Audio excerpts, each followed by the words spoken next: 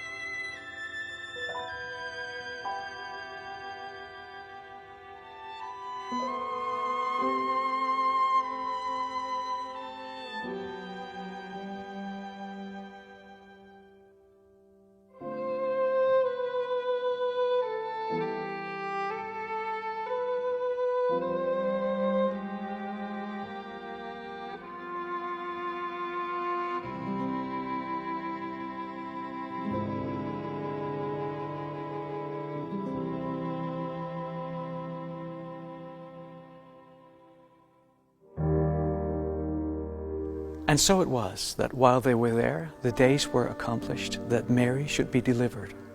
And she brought forth her firstborn son, and wrapped him in swaddling clothes, and laid him in a manger, because there was no room for them in the inn.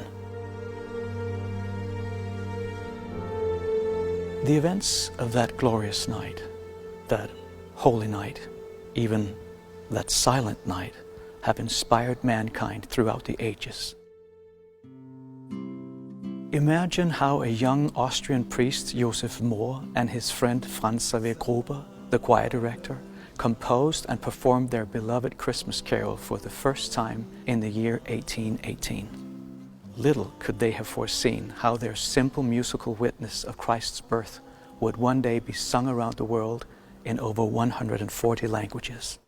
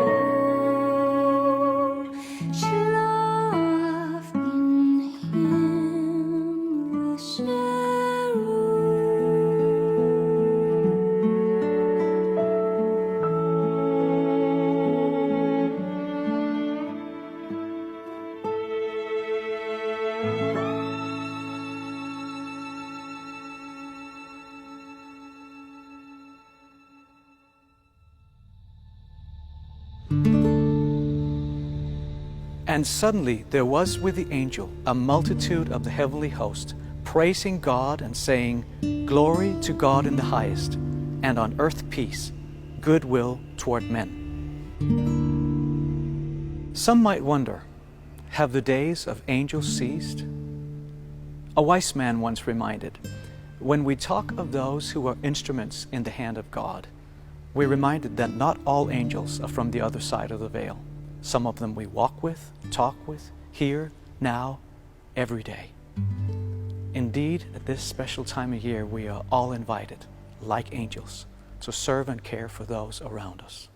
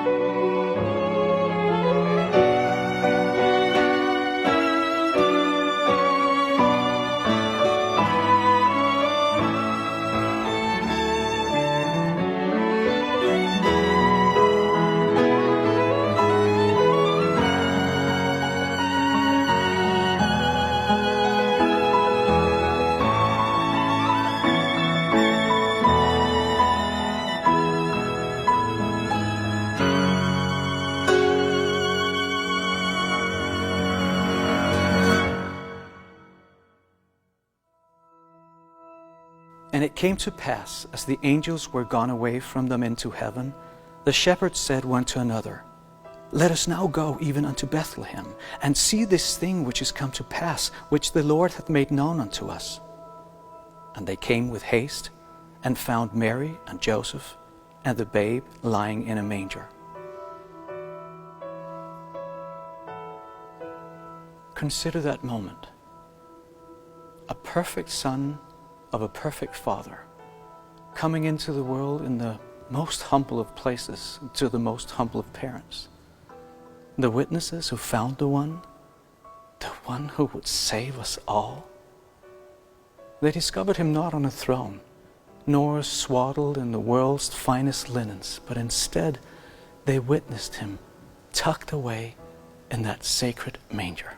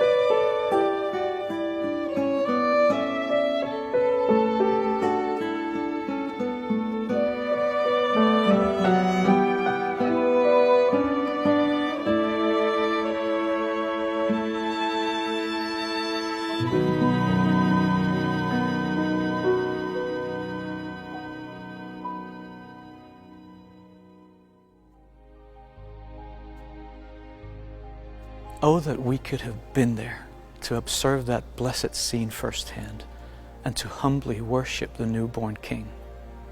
Instead, we're left to ponder how it might have been to offer our own meager gifts to the Christ child, as in the beloved children's carol about the little drummer boy.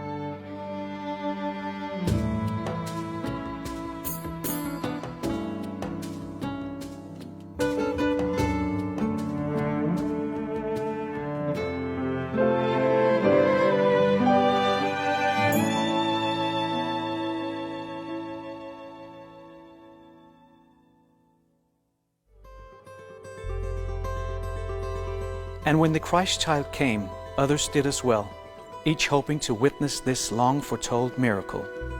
Such was the case of the Magi, who, being led by a star, came from lands far away, bearing the most symbolic of gifts for their king: gold, frankincense, and myrrh.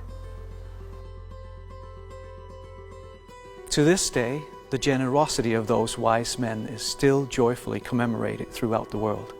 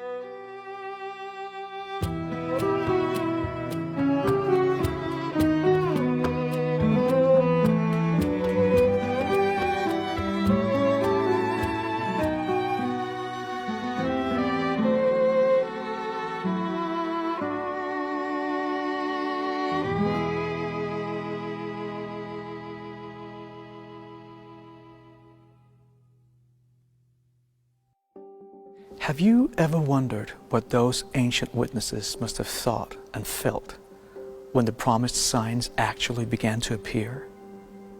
They surely marveled at the new star and other heavenly wonders. Did this not give them great cause for gratitude, excitement, and joy? As we now go about preparing our Christmas celebrations and renewing our holiday traditions, may we too be filled with gratitude, excitement, and indeed, joy.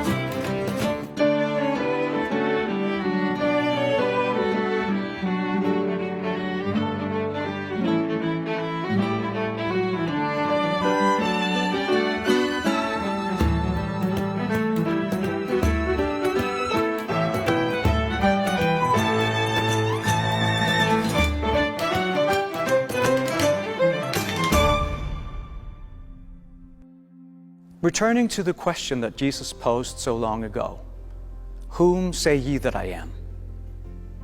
May we each answer like Peter. May we testify of the greatest story ever told.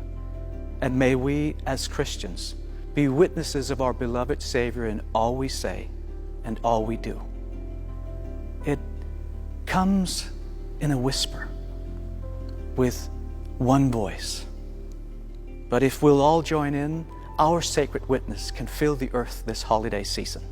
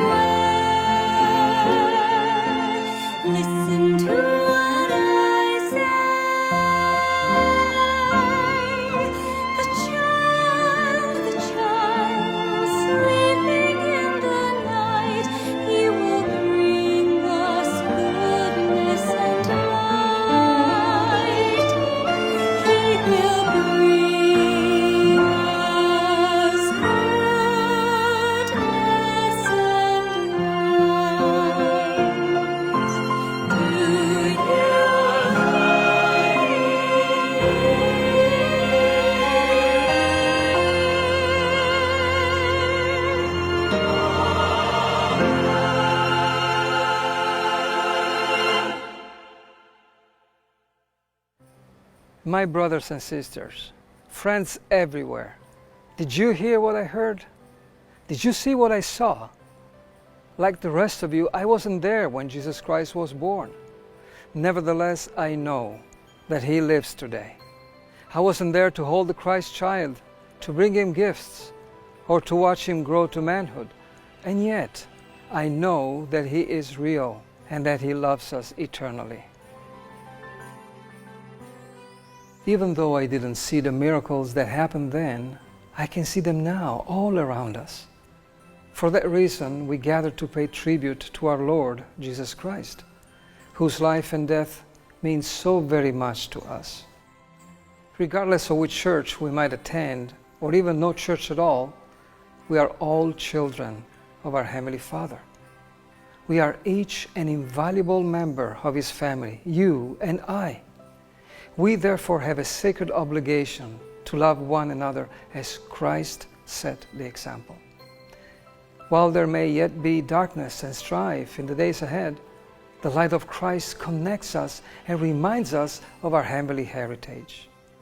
His light likewise reminds us of His commandment to be one with Him.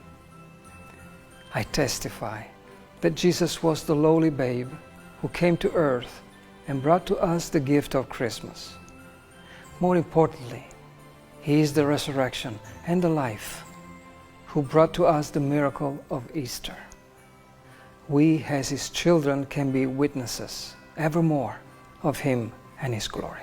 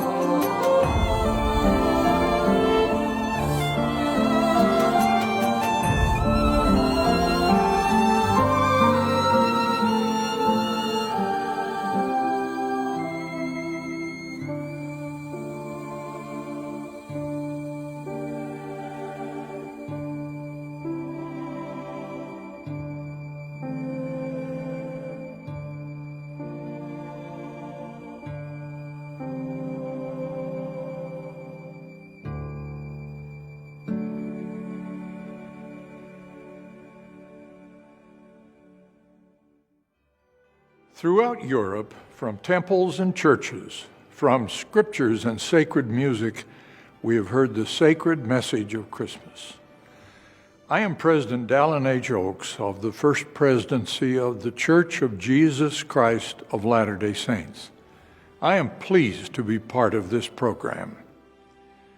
We celebrate the birth of Jesus Christ, the only begotten Son of the Eternal Father. In the midst of memories of tragic wars and painful current turmoil, we long for the fulfillment of the angel's declaration of glory to God in the highest, and on earth peace, goodwill toward men. As an apostle of Jesus Christ, I am a present witness of this living Lord. I testify that Jesus Christ is the source of our joy and the only being who can bring peace to the troubled world. As the angels proclaimed at his birth, he was born for us, a Savior, which is Christ the Lord. I testify of the literal resurrection of Jesus Christ and of the truth of his promise that his resurrection assures the literal resurrection and immortality of all who have ever lived. I testify that, as Isaiah prophesied, he was wounded for our transgressions, he was bruised for our iniquities, and with his stripes we are healed. Therefore, as an apostle, I testify that our Savior offers his merciful forgiveness for all sins of which we repent. Finally, I testify that our Savior Jesus Christ is there for each of us to give us the strength to bear the burdens of mortality. During his mortal ministry, he taught that he came to save that which was lost. He declared through the prophet Isaiah, "I have graven thee upon the palms of my hands." Through modern prophets, he has taught that in his atonement, he descended below them all, that he may know according to the flesh how to succor his people according to their infirmities. All we must do is to ask for his help. As we heard at the beginning, our greatest art, so much of it originating here in Europe, has depicted and celebrated the life of Jesus Christ. We see his influence in all the beauty around us. His invitation, "Follow me," invites us to follow him in service to our fellow man. He represents and makes possible our greatest desire and hope to follow this life by entering into the kingdom of God. The angels heard on high were the first witnesses. The shepherds in the field by Bethlehem represent all of us when they said one to another, "Let us now go and see this thing which has come to pass, which the Lord hath made known unto us." We too can see this thing, and we too can witness what the Lord has made known to us when we keep his commandments and follow him by serving our fellow man. I testify that all of this is true. In the name of Jesus Christ, amen.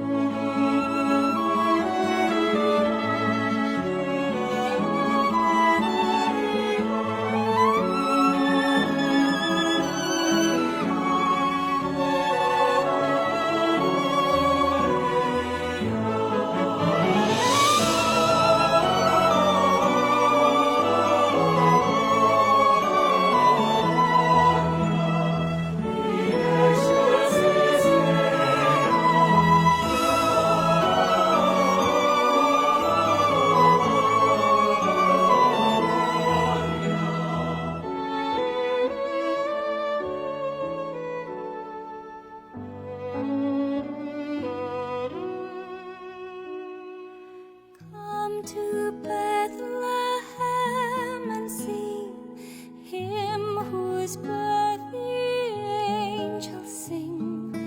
Come, adore on bended knee, Christ the Lord, the newborn King. Gloria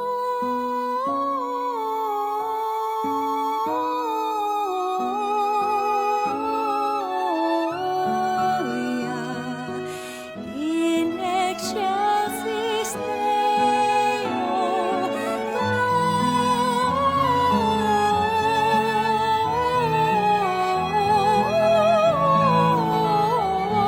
Gloria in excelsis